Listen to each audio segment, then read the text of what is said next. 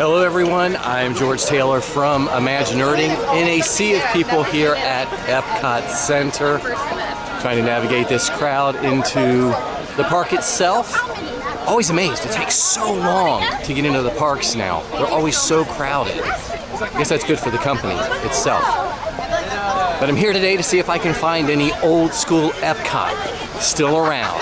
There's been so much news lately about the redo of the Central Plaza, and I'm excited about it. I think it looks great, and I'm gonna look around and see what we can find today at Epcot in the middle of doing rides and other things. So let's see what the day holds.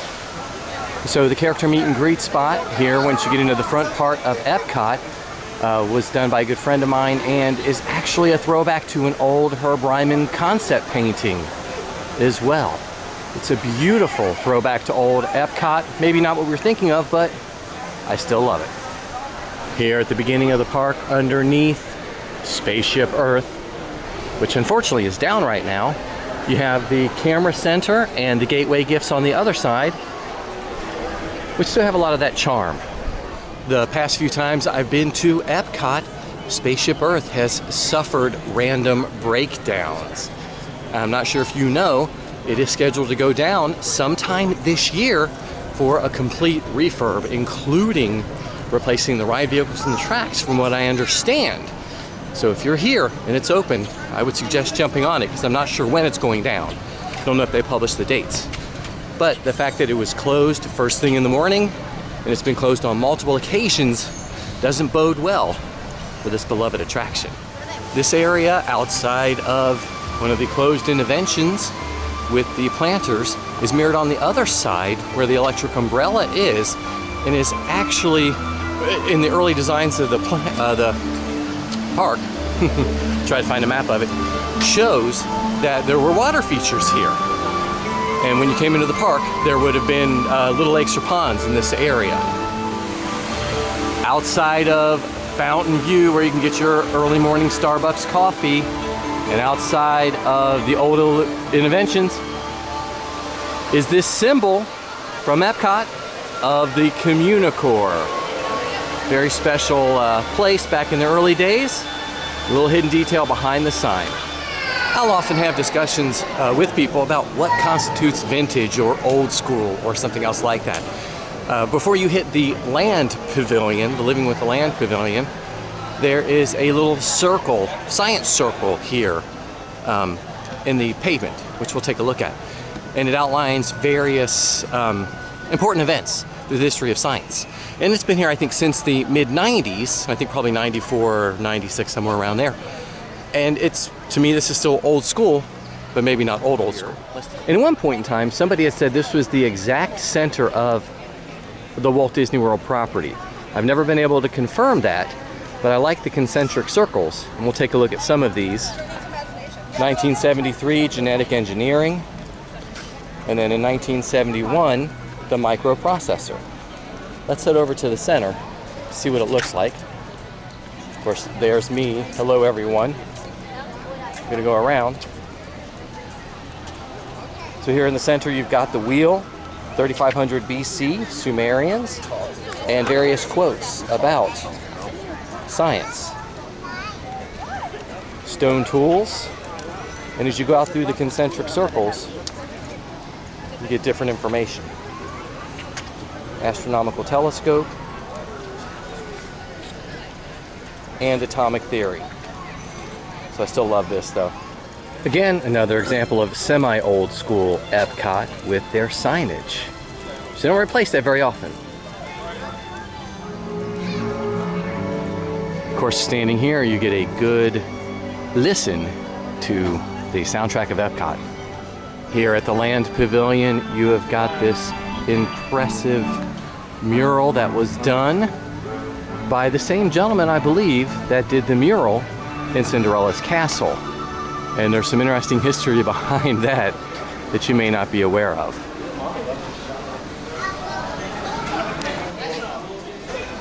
The mural is very intricate and goes up both sides of the entrance and exit to the pavilion itself.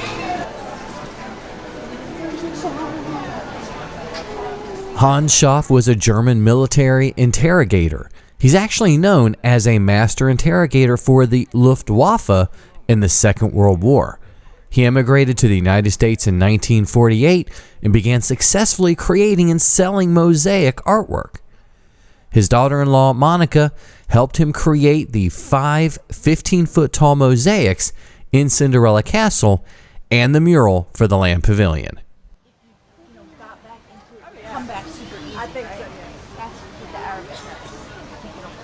There's a little feature that most people miss right in the middle while they're walking over to Soarin' or listen to the land. Got this beautiful little water feature here from the tree. And this nice seating area right here in the middle. And you can follow the pathway all the way down to the exit.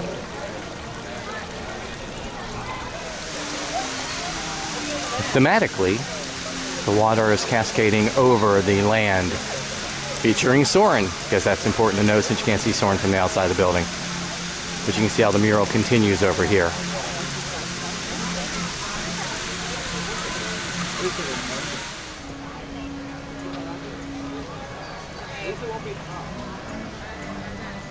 At least it won't be hot. You're right, Kyle.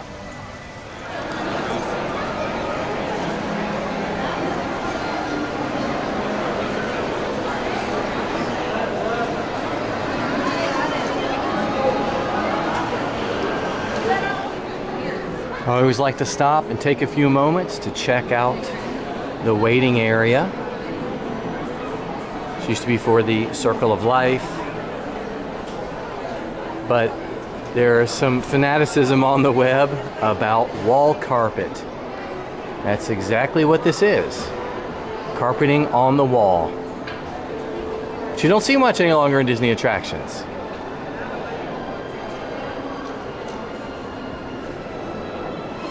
Although the Living Seas, or the Seas with Nemo and Friends, was not an original pavilion, it still has been here a long time with just a handful of changes. And inside is a plaque commemorating the architectural achievement of merit, as well as the advisory board for who helped them create the Living Seas project. Here at the School of Old Cool and Old School EPCOT Center are these incredibly skinny escalators that take you up to the second floor of the Seas with Nemo and Friends. And across the way you can see the viewing areas on the other side, which they haven't redone.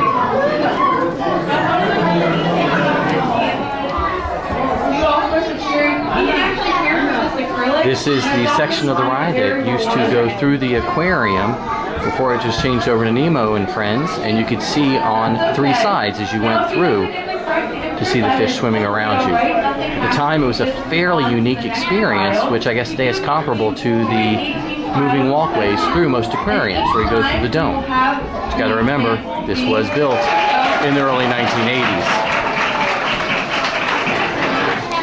From up here on the second level of the Sea with Nemo and Friends, you get a good look at the tube that they used to use to have a diver go into the large aquarium tanks. I haven't seen it used in a while, so I'm not sure if they still do anything with it, but it's still there and you can walk by it.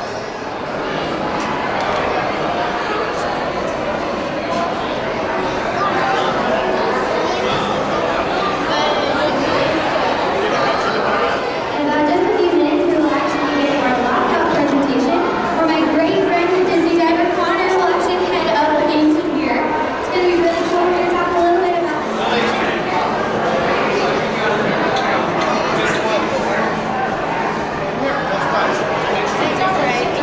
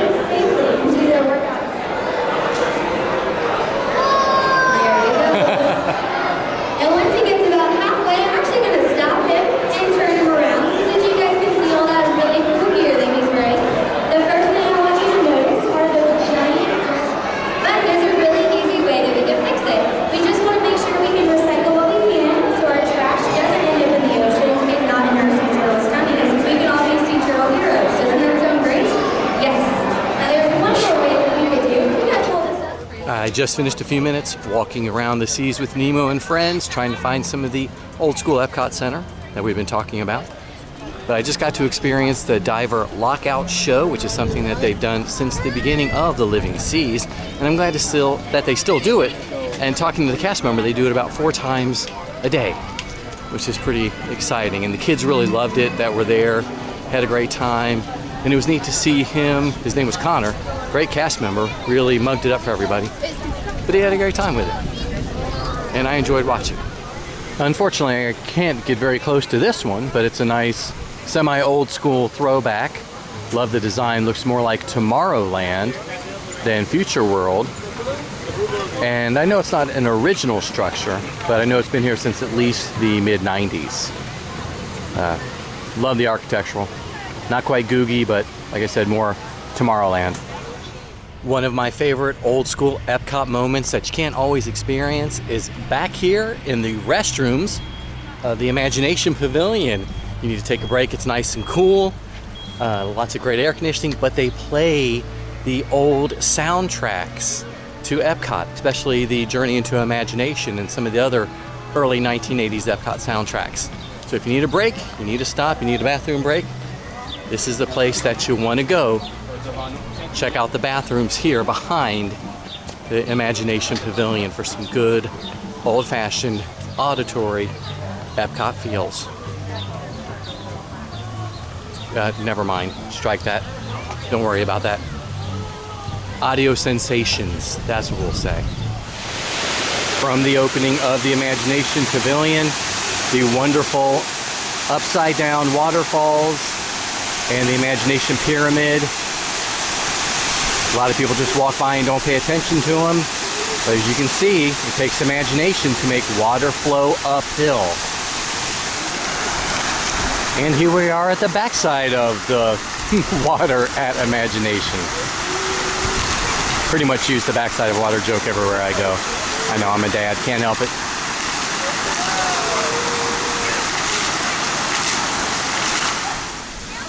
The jumping water fountains here at Imagination are always a hit. One thing I'll say is it looks like the wind is pretty intense today, so it's not quite making all the jumps like you would expect. And I'm getting a little bit of a splash even standing this far away. As you can see, it's hitting and not going the full way, but the kids are having a blast getting wet.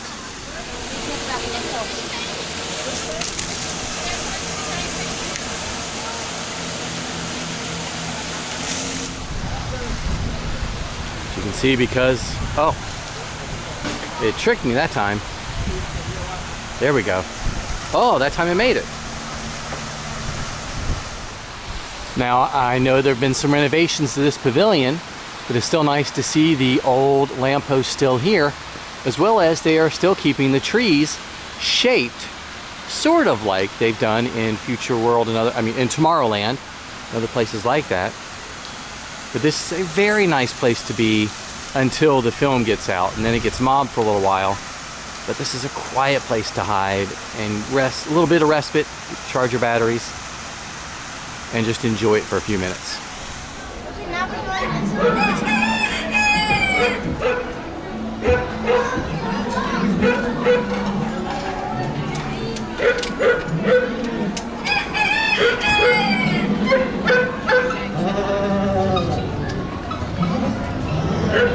Of all the forces at work on the land, humans have had one of the most profound effects. Welcome to our living laboratory, where scientists from EPCOT and the U.S. Department of Agriculture are exploring innovative ways to produce bountiful harvests now and into the future.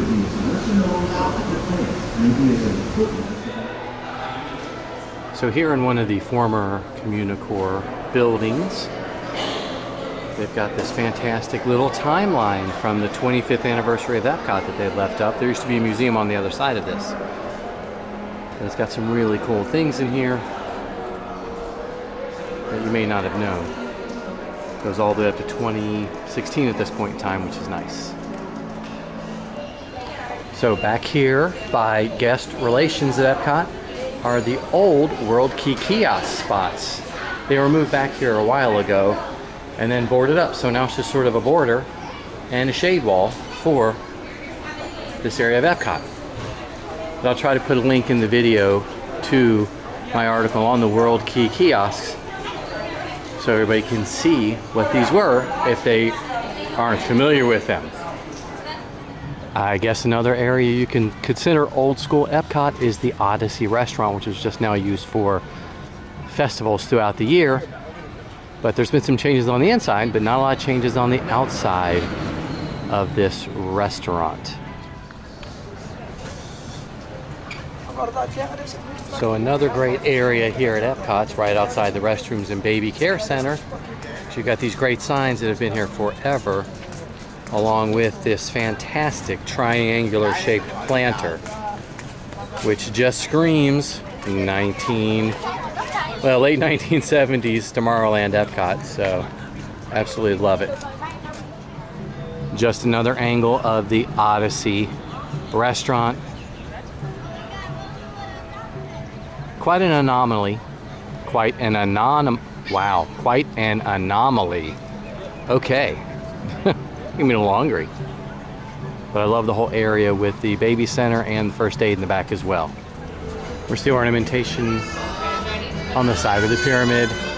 That's something that hasn't changed since opening as well. Over the years though, they've trimmed back a lot of the bushes and it's easier to see the building behind the trees and the trim back the bushes. Yeah, the trees. But still a lovely building, and I'm glad to see they've kept up the color scheme and they've continued to paint it. The inside of the Mexico Pavilion does offer us a little bit of a throwback to Epcot when it opened. Just a bit. The San Angel Inn and the Fiesta Marketplace still being here. It's still rather charming, to say the least. And always nice to come in when it's hot outside.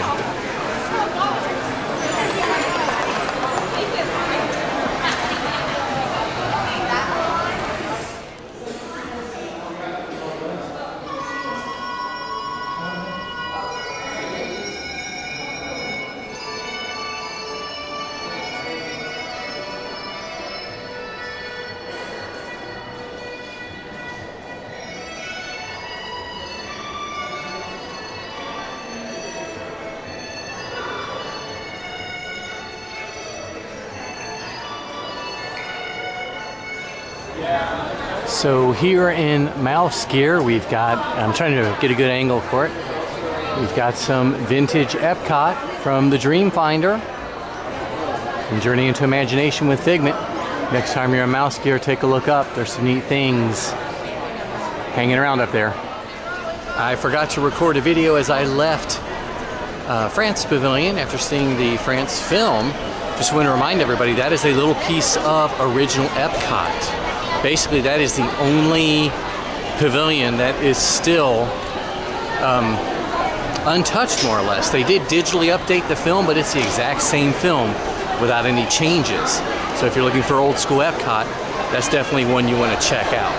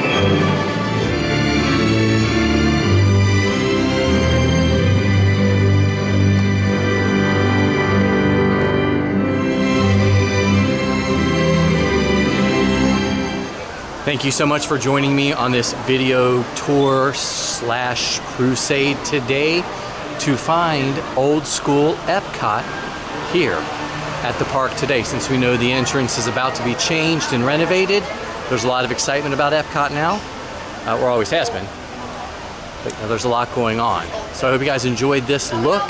Leave me a comment, don't forget to subscribe. I'm trying to wait till I get Spaceship Earth behind me. I know it's back there somewhere. I'm George Taylor from ImagiNERDing, and I hope to see you in the parks.